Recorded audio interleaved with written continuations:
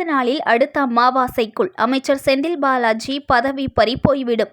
திருக்கடையூரில் நடைபெற்ற பேரறிஞர் அண்ணாவின் 116வது பிறந்தநாள் விழா பொதுக்கூட்டத்தில் முன்னாள் அமைச்சர் OS மணியன் தெரிவித்தார். மயிலாடுதுறை மாவட்டம் திருக்கடையூரில் செம்பனார் கோவில் அதிமுக தெற்கு வடக்கு ஒன்றியம் சார்பாக பேரறிஞர் அண்ணாவின் 116வது பிறந்தநாள் விழா பொதுக்கூட்டம் ஒன்றிய செயலாளர் ஜனார்த்தனன் தலைமையில் நடைபெற்றது. கூட்டத்தில் முன்னாள் அமைச்சர் OS மணியன் MLA மற்றும் அதிமுக மாவட்ட செயலாளரும் முன்னாள் MLAவுமான பவுன்ராஜ் ஆகியோர் சிறப்புரையாற்றினர். இதில் சிறப்புரையாற்றிய முன்னாள் அமைச்சர் OS மணியன் MLA பேசுகையில், அதிமுக 32 ஆண்டு காலம் ஆட்சிக்கட்டிலில் அமர்ந்து பல்வேறு சாதனைகளை, சரித்திர திட்டங்களையும் படைத்ததை பட்டியலிட நேரம் கிடையாது. தவறான கருத்துக்களை அதிமுக பேசியது கிடையாது. முன்னாள் முதலமைச்சர் MGR ஜெயலலிதா வழியில் ஆட்சி நடத்தியவர் எடப்பாடியார். காவிரி, முல்லை பெரியாறு, தெலுங்கு கங்கை தண்ணீர் திட்டம் உள்ளிட்ட ஜீவாதார பிரச்சனைகள் கையில் எடுத்து வெற்றி கண்டவர்கள் அதிமுகவின் முன்னாள் முதலமைச்சர்கள். ஆனால் திமுகவினர் ஆட்சியில் அமர்ந்து சுகமாக சம்பாதித்து 144 வாரிசுகளோடு சுகமாக வாழ்ந்து கொண்டிருப்பதுதான் திமுகவின் சாதனை. இந்தியாவின் நிதி உதவியில் வாழ்ந்து வரும் இலங்கை நம் நாட்டு படகுகளை தேசிய உடைமையாக்கி படகுகளை திரும்பி தர முடியாது என்று கூறுகிறது. ராமநாதபுரம் மீனவர்களுக்கு 10 கோடி ரூபாய் அபராதம் விதித்துள்ளது.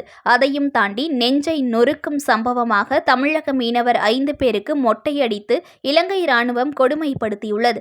மத்திய மாநில அரசு பதிலளிக்க நடவடிக்கை எடுக்கவில்லை. இதுவரை இலங்கையை கண்டிக்கவில்லை. தேர்தலில் 40க்கு 40 வெற்றி பெற்றுவிட்டோம் என்று மார்த்தட்டும் திமுக மீனவர் பிரச்சனையில் ஒன்றும் செய்யாதது வெட்கக்கேடானது.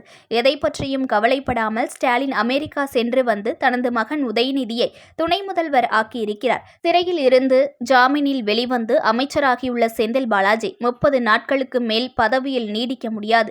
அதிகாரமிக்க அதே பதவியில் செந்தில் பாலாஜி மீண்டும் அமைச்சராகியுள்ளதால் சாட்சிகளை கலைத்து விடுவார் என்று பாதிக்கப்பட்டவர் உச்சநீதிமன்றத்தில் செந்தில் பாலாஜி ஜாமீனில் வெளிவந்த 72 மணி நேரத்தில் மனு தாக்கல் செய்துள்ளது விசாரணைக்கு வந்துள்ளது. வரும் அமாவாசைக்குள் தாங்காது என்றும், நாட்டில் வழக்கை சந்தித்த தலைவர்கள் குற்றமற்றவர் என்று தீர்ப்பு வந்த பிறகு அமைச்சராவது இயற்கை. ஆனால் பெயிலில் வந்த விசாரணை கைதி செந்தில் பாலாஜியை முதலமைச்சர் ஸ்டாலின் மீண்டும் அமைச்சராக்கியுள்ளார். செந்தில் பாலாஜி மீது வழக்கு போடப்பட்டதே முதலமைச்சர் ஸ்டாலின் தான். இந்த வழக்கில் செந்தில் பாலாஜி லஞ்சம் வாங்கினேன், திரும்பி கொடுத்துவிட்டேன் என்று லஞ்சம் வாங்கியதை ஒப்புக்கொண்டதால் உயர்நீதிமன்றத்தில் தள்ளுபடி செய்யப்பட்ட வழக்கை உச்சநீதிமன்றம் விசாரணைக்கு எடுத்துக்கொண்டது. கைது செய்யப்பட்ட வெளிவந்துள்ள செந்தில் பாலாஜி தப்பிக்க வாய்ப்பே இல்லை என்றார். News1 தமிழை லைக் பண்ணுங்க, கமெண்ட் பண்ணுங்க, ஷேர் பண்ணுங்க, மறக்காம சப்ஸ்கிரைப் பண்ணுங்க.